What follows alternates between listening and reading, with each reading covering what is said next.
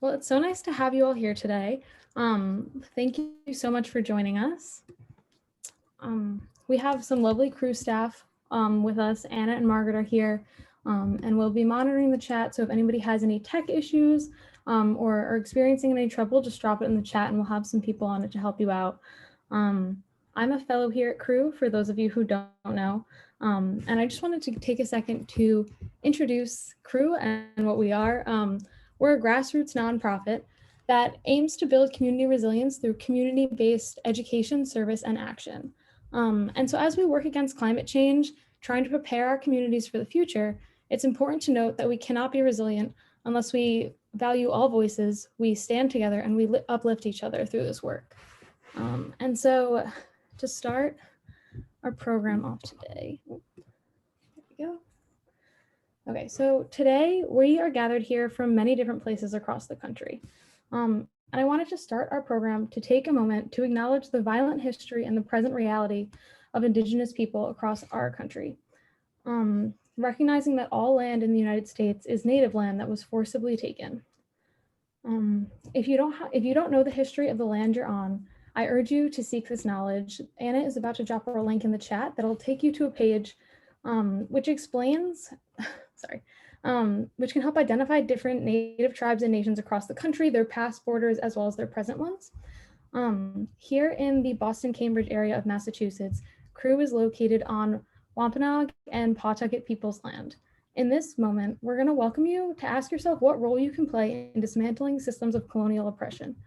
We're going to take like 30 seconds of silence just to think about the different tribes in your community and how you can play a role in uplifting the Native communities around you through learning, through understanding, as well as action.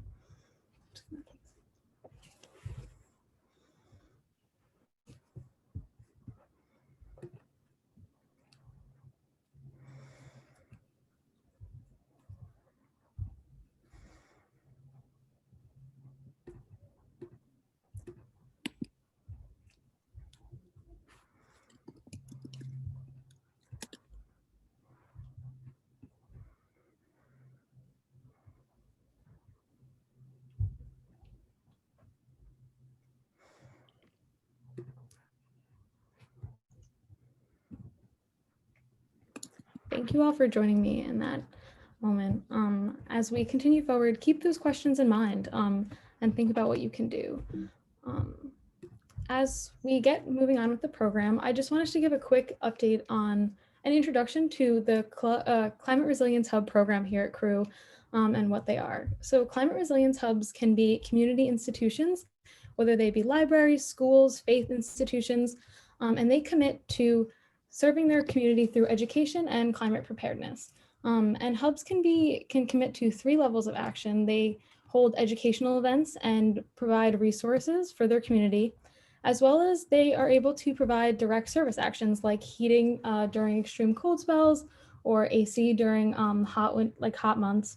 And so if you're unfamiliar with the hub program and you want to check it out, Anna is going to be dropping a link in our chat to our website, and then you can always contact Margaret at climatecrew.org for more information.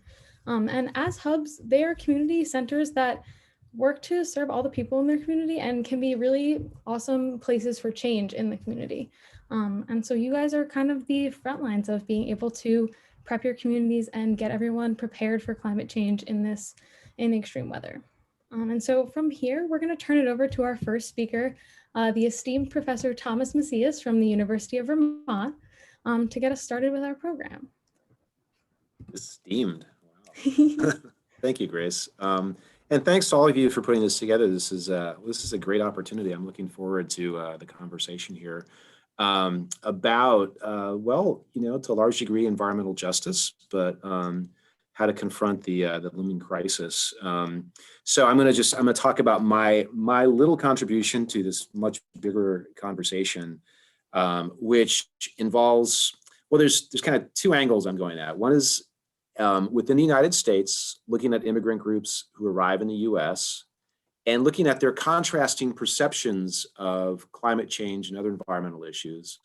And then I'm also going to make another comparison outside the US, and I'll talk about that in a little bit as well. But The underlying theme here is that I believe immigrants have a kind of slightly different perception of this than people, let's say, the majority population in the U.S. So yeah, there's a paper. This just so if you want to look it up, there's a lot more detail about this topic in a paper I wrote in Society and Natural Resources called Ecological Assimilation, Race, Ethnicity, and the Inverted Gap of Environmental Concern.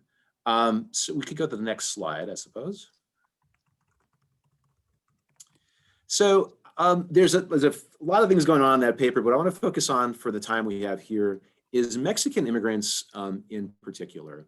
And I do want to be clear, the data I'm using for this, it's national level data. It's called the General Social Survey. And just FYI, it's the National Opinion Research Center out of the University of Chicago that gathers this data about every 2 years. It is representative, probabilistic sample of the country. So it's a good reflection of attitudes among Americans. And again, the contrast I wanted to see was among people of different race and ethnic categories. And then with this data, it also allowed me to kind of divide folks in terms of, were you born in the United States or were you born outside of the United States? And when I did that, one group in particular stood out in terms of their attitudes towards the environment, and that is Mexican immigrants. So people born outside of Mexico who at some point in their life moved to the United States.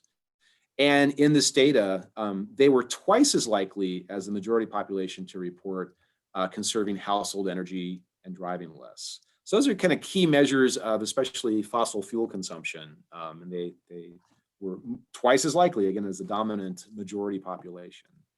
The other thing that this really stood out among this group was water conservation. Mexican immigrants were 4 times as likely as the majority population to report conserving water. So that's also kind of, I was not expecting that kind of popped out.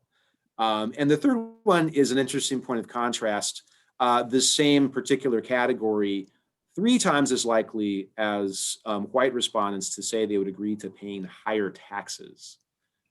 So that's really kind of key, because the first 2, you could, if you wanted to, attribute it to frugality, right? So it is true on average, if you look among Mexican immigrant households, lower economic resources, that, one reason you want to conserve water and, maybe electricity and fossil fuels is to save money. So that kind of makes sense.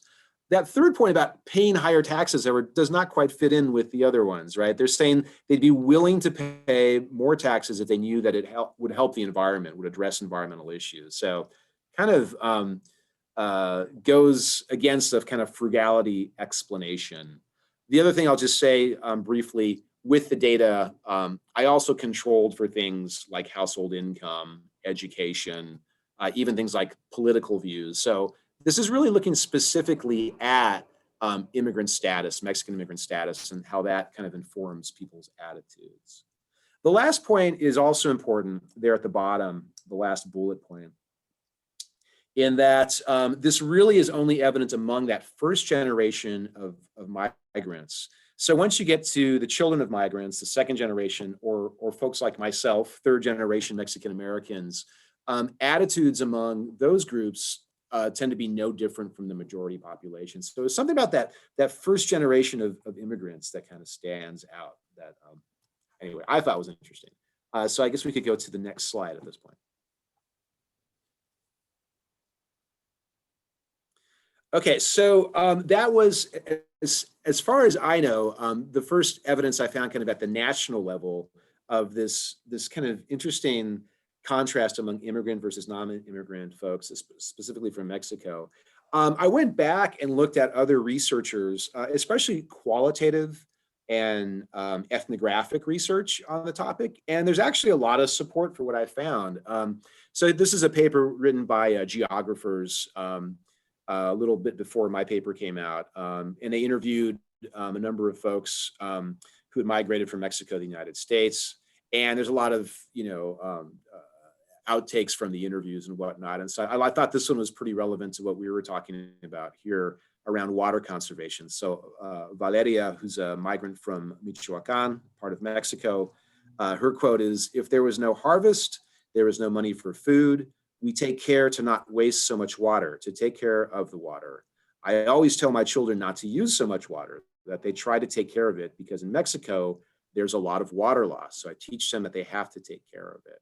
So again, in the United States, the qualitative research also tends to suggest that there's like an awareness of this crisis. So maybe it's not just me who's coming across this. In fact, there's more evidence to come. So let's go to the next slide, please.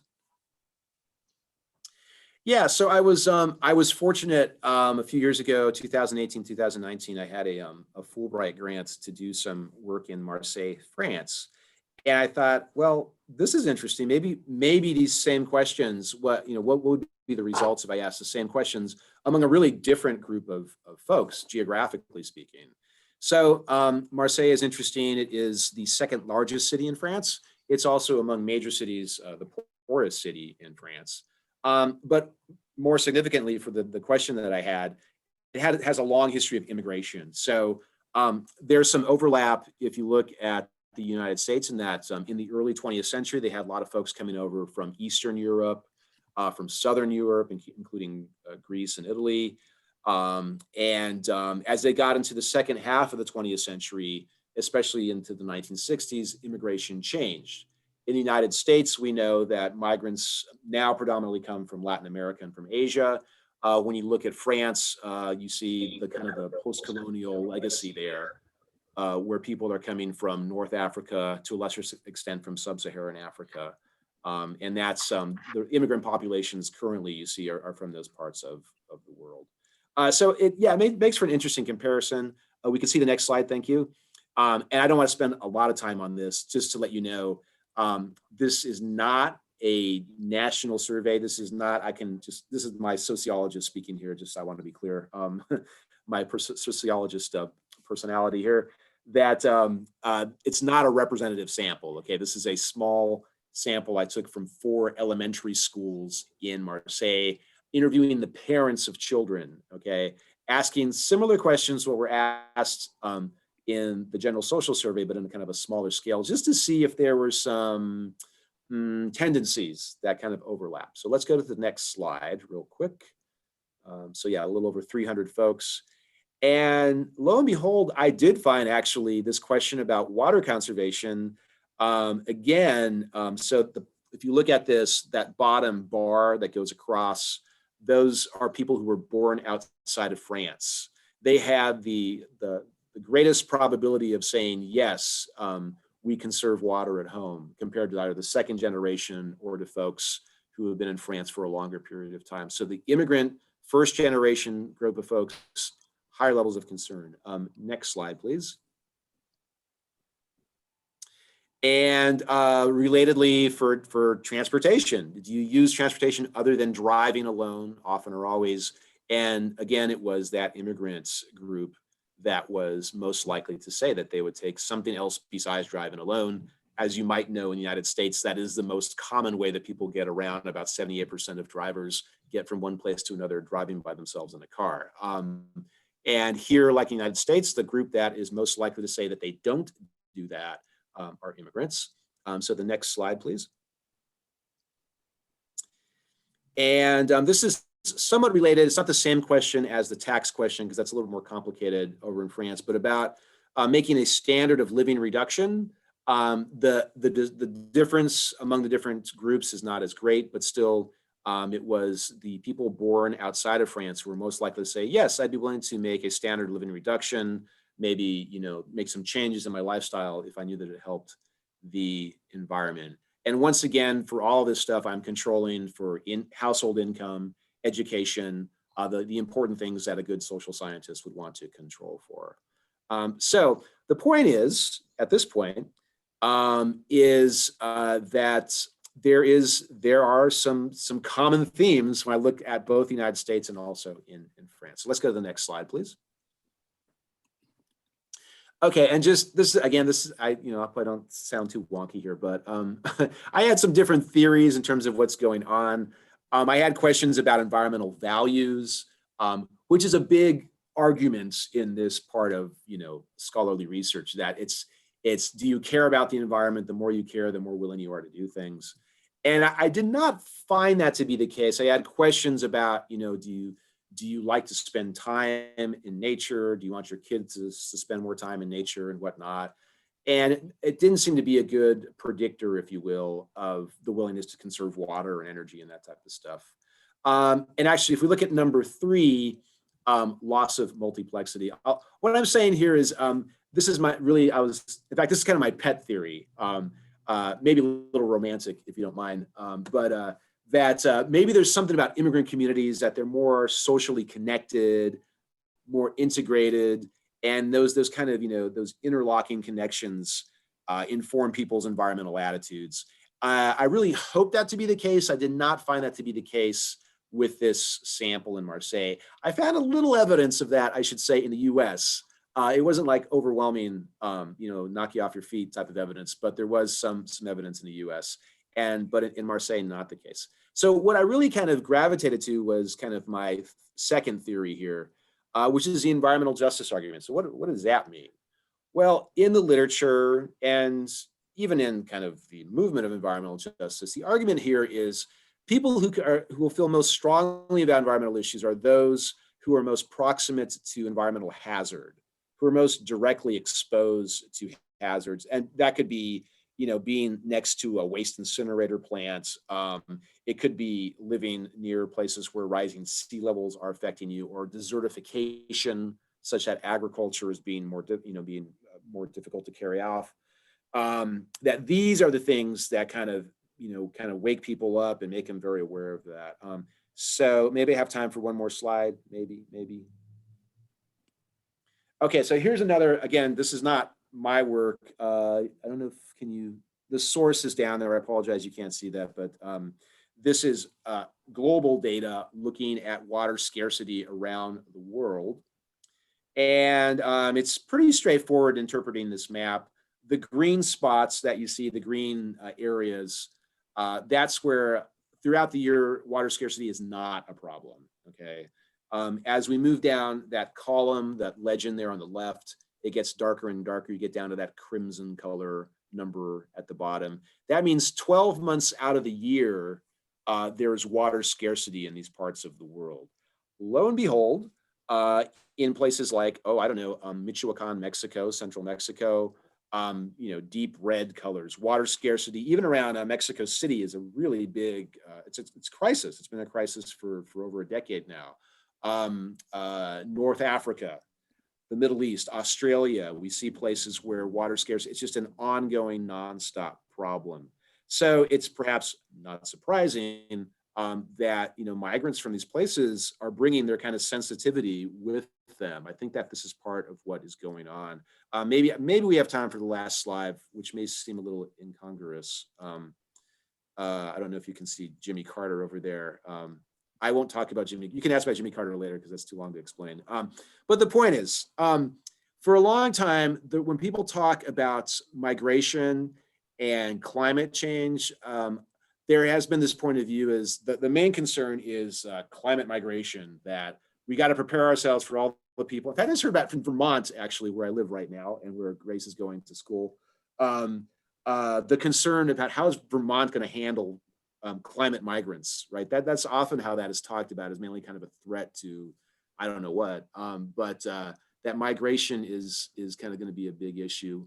Evidence up to the present suggests that when climate migration happens, it's usually within the same nation, mainly rural people going into urban areas. But if you set that aside for a second, what I really think currently is interesting about migration is it brings kind of a lot of really important perspectives and understanding of climate change that we're just not listening to, right? These surveys and the qualitative research as well are suggesting that people have very different perceptions and are more sensitized to this than the dominant population, and yet they don't get a lot of airtime. Okay, so one of the things I'm trying to argue with this research and other stuff that I'm working on is that we need to listen to these groups that have been really neglected, certainly economically and in terms of environmental hazard, but also in terms of listening to their perspective and also some of the strategies that they are taking in terms of trying to confront climate change. And maybe because we don't think they have much to say in that regard, this research suggests that in fact they have a lot to say and a lot of experience to bring to bear to this conversation. So I'll end my part there. And once again, thanks for the opportunity to talk about this. Awesome. Thank you so much, Thomas. That was really awesome to hear you speak about that. And we like to say at Crew that like social resilience is climate resilience. So the more perspectives that you can get in playing to social resilience, the better. We're going to hand it over to Tom O'Shea now from the Trustees Organization, who has been working there for the past 7 years as the Director of Coast and Natural Resources. And now he is the Director of Resources and Planning. So take it away, Tom. Thank you, Grace, and thank you, everyone. It's a great opportunity to work with you all and support the work you're doing. You know, the trustees have really been thinking about the next generation and our beaches and really the coastal environment as we've seen climate really impact the places that we've protected over time, up to about 120 miles of coastline, making us the largest private landowner of coast. And what we've been noticing is unprecedented impacts to our coastal areas. And as a conservation organization that's involved in, you know, protecting these places for public access and enjoyment, it's a real concern to us. So we've developed a strategy looking out into the future, really assess their vulnerability and to develop different resilience approaches to protecting them, but also to engaging our visitors, our members, and the broader communities that we're a part of in this whole response to coastal climate change. So we really see that it's important that, one, we connect with about 500,000 people at our beaches each year, but we also connect with our communities and have an opportunity to be an advocate for coastal resilience in our communities. So we came out with a State of the Coast report for the first time last year, and this was focused on the 13 North Shore communities in Massachusetts, moving on this year to the islands of the Vineyard and Nantucket. One of the things that we wanted to look at are the different ways that climate-driven risks on the coast impact communities and people who live in different parts of the coast differently. And so as part of this, I'm going to really present some of the focus of that report through this presentation, and also some beginning work in terms of looking at how different communities, both environmental justice communities and indigenous communities, can be affected by coastal change. So the two main drivers of risk on the coast related to climate are sea level rise, which I'm sure you all know about, and the degree of that sea level rise really depends upon whatever scenario of greenhouse gas emissions you want to project out into the future. But these days, it's mostly intermediate high or high. That's where most people are thinking about. And I just want to call your attention that at around the year 2040 to 2050, you start to see an exponential change. So if we're going to make our communities more prepared and give them options, now is the time to be. So I would say in the next 10 years, it's really an opportunity for us to make a difference. I will also mention that storms are going to become stronger. And one of the things about the stronger storms is just that, you know, we're going to have more flood surge. Looking at the shoreline types that we have here, you can see that, you know, these are ocean-facing shorelines that are most exposed to risk. And you can see that 40% of that coastline has residential communities right there on the ocean-facing exposure. And so that's really important for us to think about. That's a lot of people, a lot of different communities up and down the Massachusetts coast. There is natural coastline, and I'm going to talk about the difference of these different coastlines where we live, because they have different vulnerabilities depending on where you live and what kind of natural coastline you have in front of you. Here you see this is where development was built right up on top of natural beaches. And so if you live in this community here in Rockport, for instance, you don't have a lot of protection between the ocean and where you live. And we've been trying as a society to, you know, nourish these beaches, but the question about the sustainability of those approaches is really coming into question more and more. It's very expensive and it's not necessarily sustainable as these beaches don't have any place to migrate. Another place to look at is that when you live on these beaches and you're going to think about the future, coastal erosion is a big issue. So if we go to the next slide, you see that we did a recent FEMA analysis, and the loss of coastal real estate is just an example. They're under different time scenarios. And it's quite staggering if you look at the value, but also if you look at the different places that are at risk up and down the coast. So this is just based on coastal erosion models. And I don't know that we've really looked at what are the implications for communities, and is there going to be any change based on what we know about today? And I'm not seeing that yet.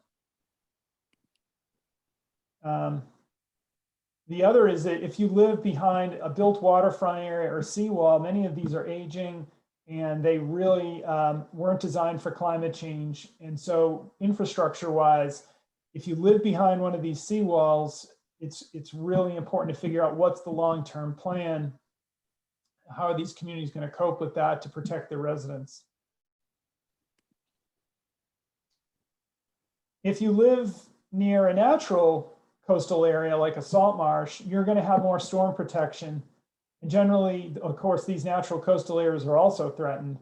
But it's just important to point out that just what we saw from Hurricane Sandy, that coastal wetlands in proximity to where you live certainly help to prevent a lot of damage.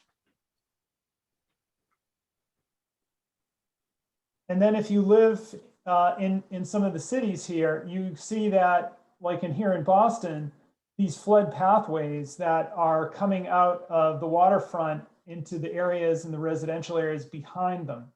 So it isn't just being on the coastal waterfront itself that causes the risk, but also can the water get to you? Go to the next slide. It's also not just it's where you live, but can you drive and commute and have transportation that's reliable given storm flooding? So we're seeing more and more of this sunny day flooding in low elevation roads and transportation networks. We go to the next slide. I just wanted to bring up that this is in Massachusetts, a map of environmental justice populations. And they have different criteria to designate an area as environmental justice population or community. You have to meet one of three: income, minority population, or English as a second language, or isolation. So, but there are many that actually have more than one of these criteria met. And you can see that along the coast, there are quite a bit around Boston. There is a few down in the southeast as well. And then we have inland areas as well. And so I'm not really going to touch on inland flooding and much more coastal, but I want to take you to the next slide to talk a little bit more about that. Is that you should be aware that the state DCR in Massachusetts did look at the vulnerability of both inland and coastal areas in vulnerable populations. So it's worth looking at that initial work. And if you go to the next slide, you can see here that there was a student project, and really one of the first I've seen out there, that looked at environmental justice communities and flood risk, and found that coastal areas, certainly in the Metro Boston region, are more vulnerable to flooding than inland environmental justice communities. And if we go to the next slide, I just wanted to point out that we are also, as we work on some of our coastal areas that have had a long history of indigenous communities, such as the Wampanoag tribe here of Gayhead, that there are other ways that our populations and communities are impacted, not just through the direct flooding of where people live, but also some of the cultural and natural resources that have been part of their community and their history. And so that's something we also want to talk to the tribe more about as we develop our next State of the Coast report. But in all these cases, I think, many of our populations, whether environmental justice and vulnerable populations, don't have the ability to either protect, adapt, or retreat. And so we really want to call attention to the fact that, there needs to be some sort of way to help people be able to respond to these changes that are coming. And the time is now. It's not waiting 10 or 20 years, because as I showed you, it could be too late to have the options. And so this is really great that you're working on these issues now.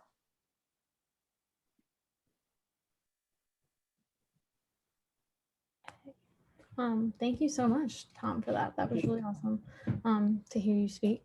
Now we're going to hand it over and switch gears a little bit to Dr. Teo Pique from a disaster mental health specialist and a DEI educator for the Red Cross. Teo, you're welcome to take it away. Hi, how are you? I'm so glad to have everyone here today, and all excited about your roles that you'll be playing in terms of assisting resiliency in your communities with your work with CREW. Just wanted to take a moment to acknowledge the racial inequities we're experiencing in our community right now on a daily basis, nationwide and globally, in terms of crimes against Black communities and anti-Asian hate crimes that are happening, and really just want to put a shout out to my brown brothers and sisters, and hoping that that they're taking care of themselves during this challenging time, and that everybody's taking care of themselves, because this is hard stuff. Resilience doesn't come with a roadmap or a guide. We pretty much have to figure these things out as they happen, but we all know that life has a lot of twists and turns, and if we think about it as navigating a ship, we have to navigate through calm waters, but also the rough waters that might come our way. And so when we're able to sort of get through those painful, rough waves and navigate them fairly well, we become the captain of our own ship and the master of our own fates. And we build resiliency in communities by promoting resiliency on an individual level, which also gets promoted on a community level. And I'm going to switch gears and talking about more of the DEI issues and helping people on a sort of an individual level, how folks can do some individual one-on-one work with themselves to try to make changes within themselves. You can go to the next slide. And really activate themselves to become motivated to get involved in DEI work within the communities you're working with. I want to thank everyone for striving to build resilient communities and in addressing environmental racism, which is the disproportionate impact of environmental hazards on the BIPOC community and marginalized populations. And environmental justice is a movement in response to environmental racism, and you're part of that. And some of the things about people of community of color's environmental justice, probably all of you know this, but there's been decades of studies that have proven environmental racism is a threat to health and overall safety of communities all across the country. Communities of color have higher exposure to rates of air pollution. A study by Yale showed that non-Hispanic whites had the lowest exposure rates for 11 out of 14 pollutants monitored in a study, but Hispanics showed highest rates, and African Americans also had higher rates as well than whites. Landfills, hazardous waste sites, other industrial facilities, lead poisoning, climate change, water contamination, all of these are more consistent in communities of color and low-income communities. Next slide. So in terms of diversity, equity, and inclusion, next slide, please. Thanks. Want to just speak to these words, because a lot of times people hear them, but they don't necessarily know what they mean. So diversity is the presence of having different communities involving different races, genders, religions, sexual orientations, ethnicity, nationalities, a whole list of various diversities. It's having those people involved in community, whatever it is, your organization, your community programs. Equity is the part where you're promoting justice and impartiality and fairness within procedures and processes. And it's a distribution of resources by institutions or systems tackling equity. And it requires the understanding root causes of outcomes of disparities within our society. If you can see that little, the one on the left shows equality. A lot of people get equality and equity mixed up. You can see that everybody is given an equal box to stand on. However, two people still can't reach the apples in the tree. But when you put equity into it, you're adding one box to one person, two boxes to another person, three boxes to another person. Now everybody can reach the apples and has an equal opportunity. Inclusion speaks to the creating environments that are conducive to supporting open feedback loops, and supports diversity and equity, and includes all people of an organization, including leadership, because leadership really has to be at the forefront of promoting DEI in their organizations, because if the leaders don't promote that, it's really hard for people to promote that. And so in terms of emergency and disaster response services, many large organizations that offer services have historically engaged in racist and inequitable practices, and we don't have to look far in our lifetime to see that. FEMA in 2010, for example, Thomas Kramer evaluated racial disparities in Hurricane Katrina relief, and the comparison of FEMA's efforts indicated large and substantial racial discrepancies demonstrated between white and Black communities. Next slide. And this map shows another study in reference to FEMA that largely ignored the there's contributors to wealth inequality in the United States in the category of damages from natural hazards. I had a hard time wrapping my head around that. And damages from natural hazards, which are expected to increase substantially in the coming years. They basically looked at a large scale, instead of looking at like a disaster specific, they actually did their study nationally, took a representative sample from restricted geocoded panel study of income dynamics, and they followed them from 1999 to 2013. And as hazard damages of varying scales accrued in the country, in the counties where they lived, they were able to view the longitudinal social inequalities that ensued. And they found as local hazard damages increased, so did the wealth inequality. And you can see the numbers, the differences in some of the numbers there. Next slide. In my own disaster and response work, I've worked as a volunteer with multiple agencies, which include Medical Reserve Corps, American Red Cross, local critical incident stress management team, and private agency where I work with workplace disasters such as active shooter, bank robberies, chemical spills, things like that. The Red Cross is another agency that's very large and also has had a history of racist practices. For example, in the shortage of nurses for World War II, nurses at home were fighting the battle to African-American nurses trying to get into through the Red Cross to get into the Army and Navy Nurse Corps, but they were sent rejection letters indicating that they were not welcome due to their race, and they were told that they would not be accepted. Another story is a few days after the bombing of Pearl Harbor, December 1941, as the US entered World War II, Detroit mother named Sylvia Tucker visited her local American Red Cross donor center, and she wanted to give blood because she heard on the radio, quote unquote, soul-stirring stories about people needing blood and the shortages. And so she went, and when she arrived, she was turned away by the supervisor who explained he had orders barring Negro blood. And you can see this is a rhyme that was written in one of the editorial pieces of that time in 1942, I believe it was. The Red Cross that burned so bright in fire, storm, and flood is now the crooked Nazi sign that spurns a Negro blood. And it just sort of speaks to the inequities that large organizations have purported over time, and they're supposed to be engaging in humanitarian aid, but through history, they've also engaged in racist policies and actions, and they're working to change that, which is great. And it's important to just kind of know that all staff, volunteers, leadership, everybody has to be engaged in DEI efforts in order to really speak to the communities that they are serving. Because as we know that these are the communities of low income, marginalized communities, those are ones being highly affected by environmental hazards. And CREW is one of those examples of a program that's trying to do this on a small organization level to kind of speak to these issues that have occurred in the larger organizations. Next slide, please. So there's 4 areas of oppression, we call them the 4 I's, and really trying to understand those is going to be a lot of work in terms of understanding your own DEI perspective and traveling along your own DEI journey. There are ideological views that people hold, which start of depression. So these are things that people think. So for example, people will have the thoughts that one person or one group of people is better than another group of person, and they grow up thinking that this is true, and they think they're more intelligent, harder working, stronger, more capable, more noble.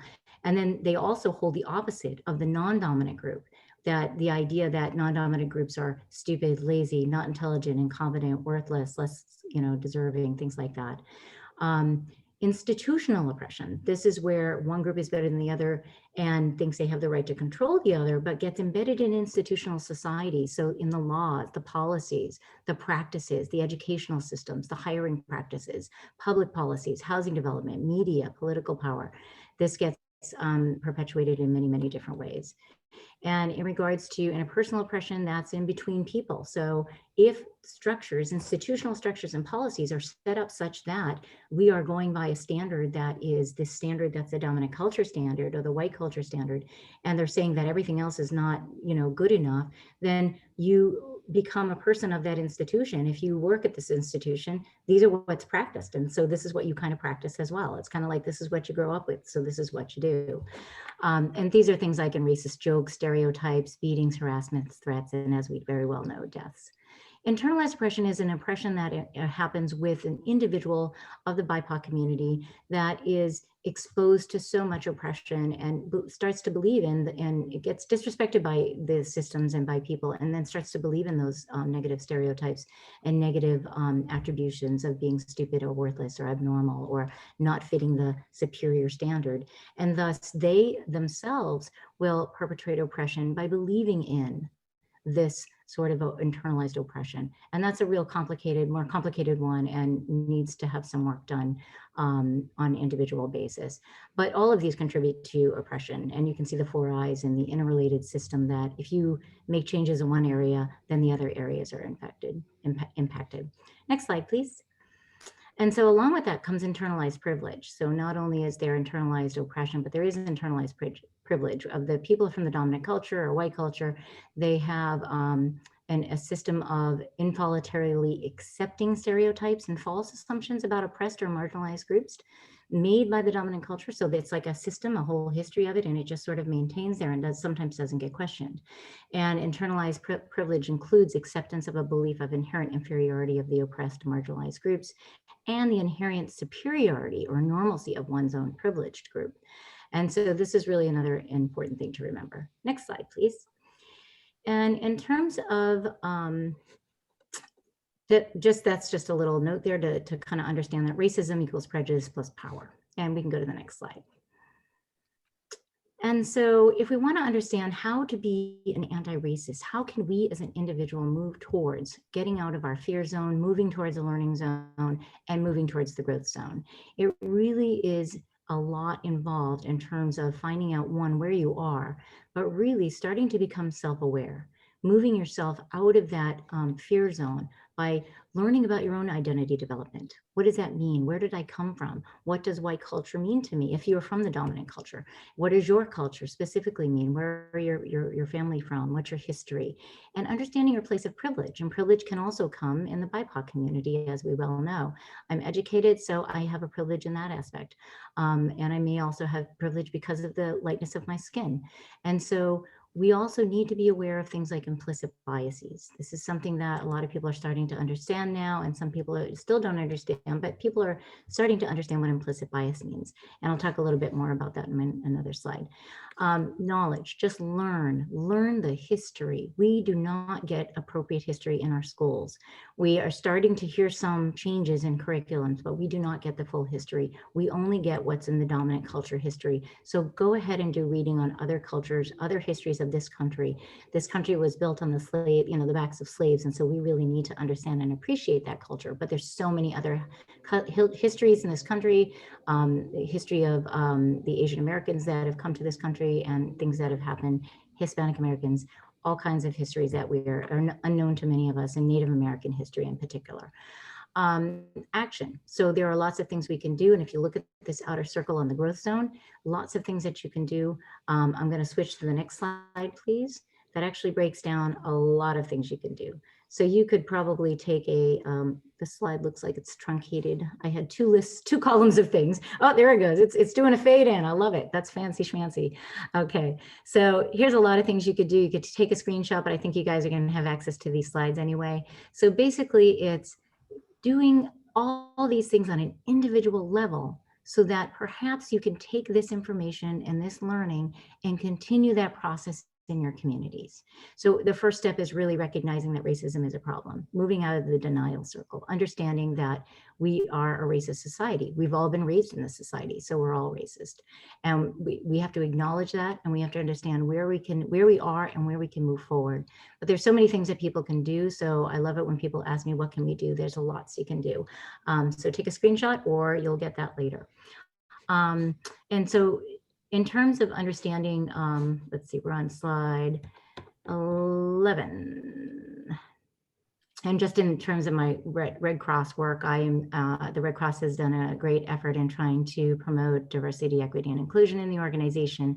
And my small role is I'm a DEI specialist, and I'm training DEI facilitators within the Red Cross to help their staff understand actually going through these stages, moving from the fear zone to the learning zone to the growth zone, and having challenging race and DEI conversations with the larger American Red Cross. And they're doing a fantastic job. So I have to give them lots of credit. And so then I ask you, what can you do to make a difference in your organization that you're connected to? It's something for you to consider. You can go to the next slide, please. And so this is Project Implicit. Like I said, we all have biases. None of us is free of them. We all have racist tendencies in one way or another. And so we want to examine those. If we want to examine them, we go on to Project Implicit. And I've been in many talks with Mazarin, and she has done this for 30 years. And she will tell you, she takes these tests and she still finds out she has biases. So this is something to just acknowledge. And if you really want to move into the growth zone, to really try some of these and see where you end up. And then it tells you where you are. And then it tells you what you kind of need to do. You kind of know where you need to go from there if you have a certain level of bias with a certain community. And next slide, please. So basically, it's a humanitarian issue in terms of thinking about disaster or emergency response, and whatever level you're doing, whether you're doing the educational component, the preparedness component, or the actual response, it's really important to understand that there's a need for relief, not racism. And this is really important.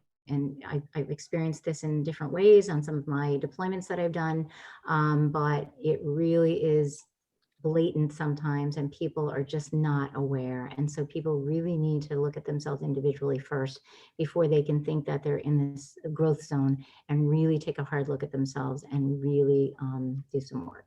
So like when I was in Austin, Texas, my own self that I had to be mindful of was that I needed to treat everybody equitably. In the flood of 2013, I was dealing with people that lost their houses and their all of their belongings from the flood, living on the golf course range, which were super fancy houses, versus those living in substandard housing. So I had to be mindful myself to make sure I treated everybody with equality and with equity. Next slide, please. So resilience communities really are making up of the people, and the people are the power. They have the power to envision the future of community and build its resilience. It resides with you as a community member. So you as an individual, but you're always part of a community. Systems thinking is essential for understanding the complex interrelated crises now unfolding, and more are going to be unfolding over time, and what they mean for our very complex communities. Adaptability. So a community can adapt to change and becomes resilient, but because communities and challenges we face are dynamic, adaptation is sort of an ongoing process. So being comfortable with the impermanence of things. And then speaking to that, which I think Tom Shape spoke of, is some challenges are so big that it's not possible for the community to simply adapt, and you really need to make fundamental and transformative changes. And in terms of sustainability, community resilience is not sustainable if it only serves us. And now it needs to look at the long now, and it needs to serve the needs of other communities, future generations, and the ecosystems that we all depend on. And then courage. As individuals and as a community, we need to find the courage to confront challenging issues and take responsibility for our collective future. Next slide, please. So a couple of takeaways are just that if you are an individual, if you hold power to make change in an organization at a structural level, go for it. Take the action, make a difference, be a part of the change you want to see, and look at the systems of oppression that you may be connected to or contributing to, and address those structural changes. Address the need to normalize diversity, equity, and inclusion in all aspects of the organization. And on an individual level, especially if you hold power or privilege, use your power or privilege or your ability to affect change by learning the actions you can take to be a part of the change you want to see in normalizing DEI. And do that on a daily basis. And in order for DEI to be sustainable, sit with growing pains and learn to get more comfortable with being uncomfortable. This is what it's all about. This is how we grow. I challenge a dominant culture to have the courage to ask challenging questions, and also have the humility to take honest and open feedback, and be on the ready to apologize to someone that maybe you've made an oppressive comment to, but you didn't realize. It's about the impact, not the intention. Also take stance on building your own awareness and accountability by practicing allyship and advocacy, and provide open and honest feedback to those who may say or do something oppressive. Be an upstander. And at the last slide, please. Thank you all and for being part of the solution. And I really like the work that you're doing and really commend you for all the efforts that you're doing. And thank you so much for being here and part of this.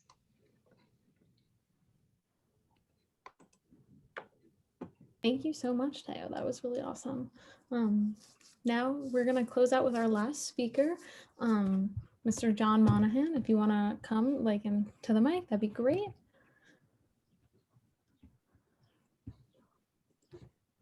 Oh, Thank no. you very much. So sorry. Okay. Thank you. I'm John Monahan, the Director of Partnership for All ACEs. So before I get to this slide, I really want to build upon a little bit of what we just heard about, those 4 eyes of oppression. When we think about what I would refer to as underrepresented or marginalized communities, or what we're calling now priority populations, we're inheriting, we in our work are inheriting institutions which people who created them had these ideologies which created cultures and beliefs about people, just like the doctor had said, which affected our interpersonal relationships, the way we interacted with those communities, and the belief systems that we've internalized about what's okay and what's not okay. So I would challenge you all to think about that in your own organizations and in your own growth and development. What have I been taught? What do I believe? And what maybe isn't true or useful anymore? And what kind of ideologies can you then adopt that are good, that are helpful, that then grow goodness and usefulness in your institutions, and then change the way that you interact with your communities, and change the way that people are able to feel about themselves, and think about the world and experience it. So with that, it's really about acknowledging people's experience, and many of those experiences are different than ours. It's about creating space for those experiences to be heard, to be processed, and to be dealt with. And then it's about asking not to come in and save people and deliver on what we believe they need, but it's really recognizing that people are experts on their own experiences and creating the space to ask what tools, what resources, and what kind of supports they might need in order to have what they need to survive and do well and thrive in their communities. So in my own community engagement work, it was really, this is from a book called Reframing Organizations by Bowman and Deal, or Bowman and Deal. And so I've used this a lot in my own thinking about how I interact with the communities that I've engaged with. And so it's 4 frames. And the first is, they use it, you can also think of this internally in your own organizations, but human resources is really about the exchange that has been made, the exchange between organizations and community in the past, which have maybe been harmful. And then, and how might that change? How might the exchange between a community, instead of being so extractive of them, how might we help them grow with equity, with the belief system that we all can be abundant? And then structural is thinking about how are our organizations designed? How do people get access to them or not get access to them? How are they affecting the way that we interact with our community? So thinking about some of the policies, the procedures, perhaps the languaging around do you have multiple languages in the brochures you use on your website so that it provides more equitable access to a diversity of people? And then there's political, how are relationships aligned? How are resources allocated? How is power used? And so political, and then finally symbolic. And symbolic is really around what kind of things can we do? What kind of things can we do that give a message to your community? And it's not necessarily about writing something down, but what kind of things can you do when engaging with your community that really send a larger message, and a big part of this is how we create relationships and how we get to be seen. So we can go and do things in a community that are really helpful and stop and reduce the harm that has been caused in the past, and And that will say a lot to a community through our actions and not just our words. So things to consider, and I know that we're a little close on time, so I want to be careful about that, Grace. But when we're thinking about equitable strategies, a lot of times in this pandemic, we're on Zoom, but not everybody has access to Zoom. Not everybody has access to the internet. Not everybody speaks, English as their native tongue. Not everybody has access to devices, or maybe there's one device that is being used in a household full of people with kids who are doing online schooling. And when we're able to meet in person, it's really about, are we recognizing that people have obligations? Are we providing daycare for our engagements? People need transportation to get to things, and folks need to be able to afford to do the things that we're asking them to do. So there's lots of ways that we can engage with communities that are that we need to be thoughtful about, because many of those folks' experience are different than perhaps the way some of us grew up. And so learning about that and listening to learn and reflect is really important.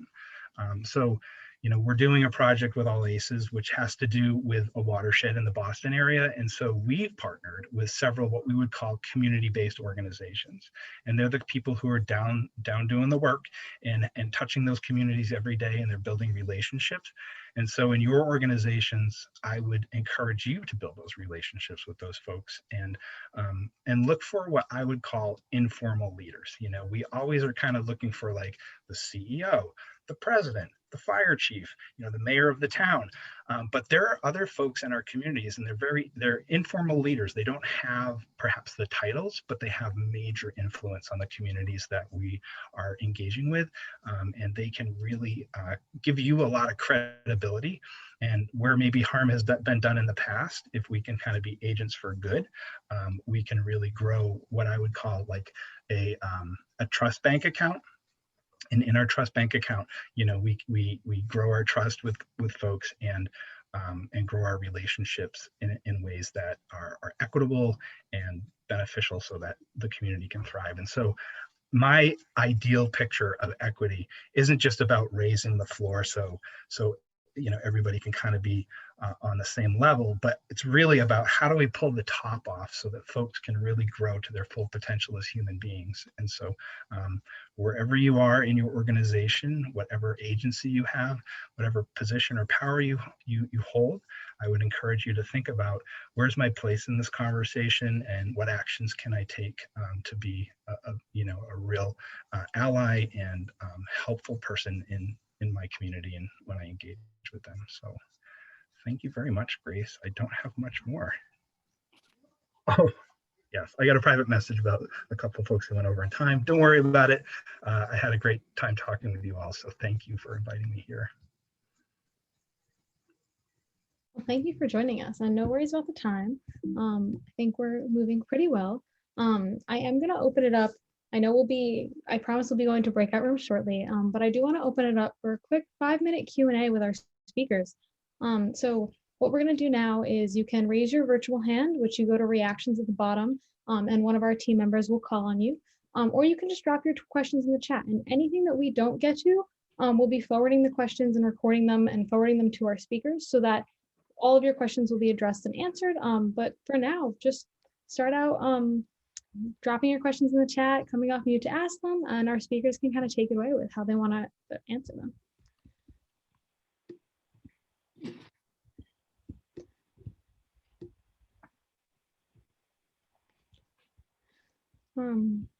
For Teo, we have the publisher of Damage Done report about white-black wealth gap increases. I think this person just wants to know who published that resource.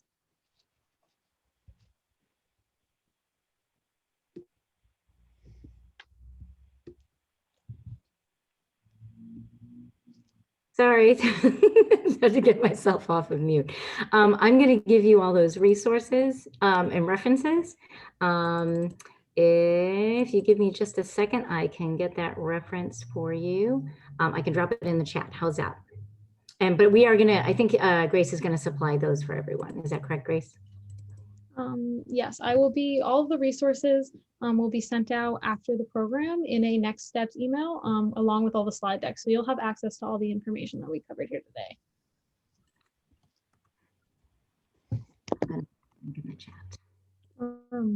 Ben's in the chat says, I was wondering if John could give an example or two of informal leaders, how they might be identified and how might they work with an organization. Sure. So informal leaders, think of your own organizations or even or schools or whatever, places where there's been larger groups of people, and there's always this one person who's like, hey, you know what we should do? And for some reason, people are like, that's a great idea. They hold a lot of credibility with their group, so they can, without holding positional authority, they can motivate people. So I'm trying to think of like a well-known person, that we might all recognize or know who can say something and get a lot of people to do. Geez, nothing's coming to mind off the top of my head. So anyways, there are folks that so as a positional leader, right? Like I'm the director of partnerships. Well, if I direct people to follow me and they're not following me, I'm not really leading. So they're folks who can just sort of request things of people, and people get behind that, and they're like, yeah, you know what? We like this person, we trust this person, and they lead us to good places, and so they have a lot of authority and sway with the people that they work with. That's helpful to maybe give context, but not necessarily an example of a person in particular. I'll think about that and pop it in the chat.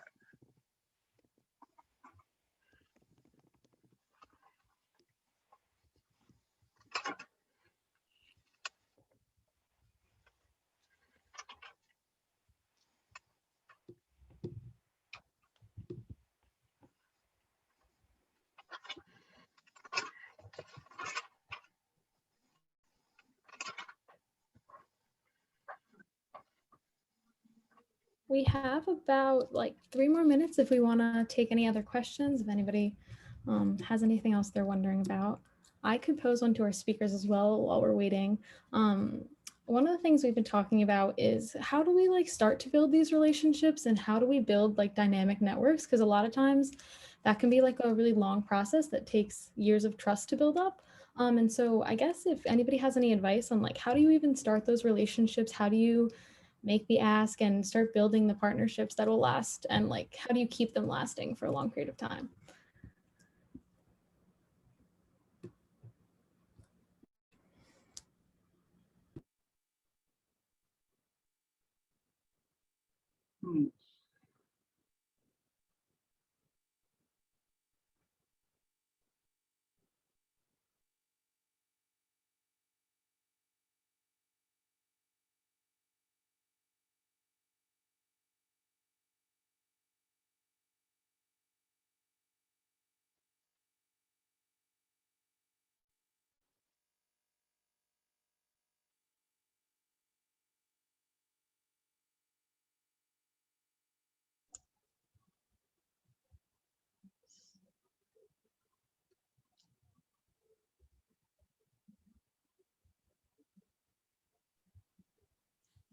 Always asking the tough questions, Grace.